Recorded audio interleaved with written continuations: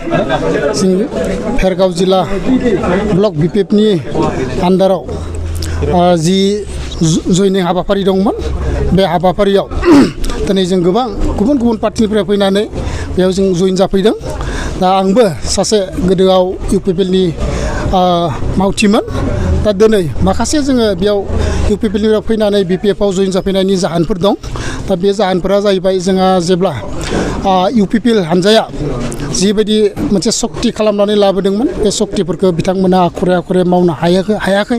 बेजों लोगोसे हायाखैनो बेबायदि जोङो गोबां बिदिनो मावनो हायैजों लोगोसे बेबायदिनो जोंनियाव माखासे डेभेलपमेन्टनि खामानिखौ लानानै माखासे जोंनि बिथांमोना मोनसे भुवा जिथु मोनसे होबाय थादों सान्ति जोंनियाव गोजोन फैबाय सान्ति फैबाय होननाय। दा गुबैयै बे गोजोन फैनायखौ बबेखौ लाना बुंखौ जों बुजियाखै। जाय जोंनि बिग्रायारिया हान्जा मोनसे दङमोन एनडिएफ बिथांमोनखौनो लाना गुबैयै सक्ति जादोंमोन। दा बिथांमोना दिनै जेलनिफ्राय गबोनो हायाखै। लोगोसे जायफोरा बेबायदि न' दङ बिथांमोनखौबो सानफ्रोमबो पुलिसफोरा नागिरगासिनो दं। बे मेन इसु हिसाबै खामानि मावनायाखैबो बे खामानिखौ बिथांमोना मावनो हानांगौमोन दिनैसिम जायफोरा जों जेलाव दङ। दा बेबायदिनो जिहेतु जोङो इउपिपिएल आरो बिपिएफ मोननैबो मोनसे राजखान्थि हान्जा।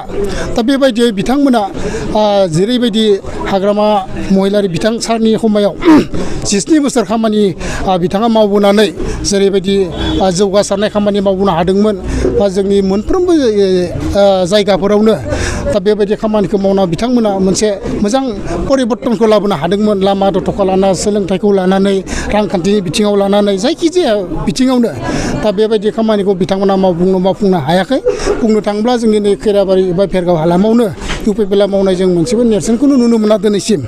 दा बेबायदि बिथांमोना आरो डेभेलपनि खोथा बुङो बेबायदिनो गोजोननि खोथा बुङो। दा बेबायदियै जोङो बेफोरखौ नुनानैनो मात्र खुगाजोंल' बिथांमोना मावनो हादों। दा मोनसे खोथाया बेनो जिहेतु राजखान्थि हान्जा होनना बुंदों बे राजखान्थि हान्जा माखौ बुङो बिथांमोना हयथ' बुजिना बुजियाखै मोनथिया।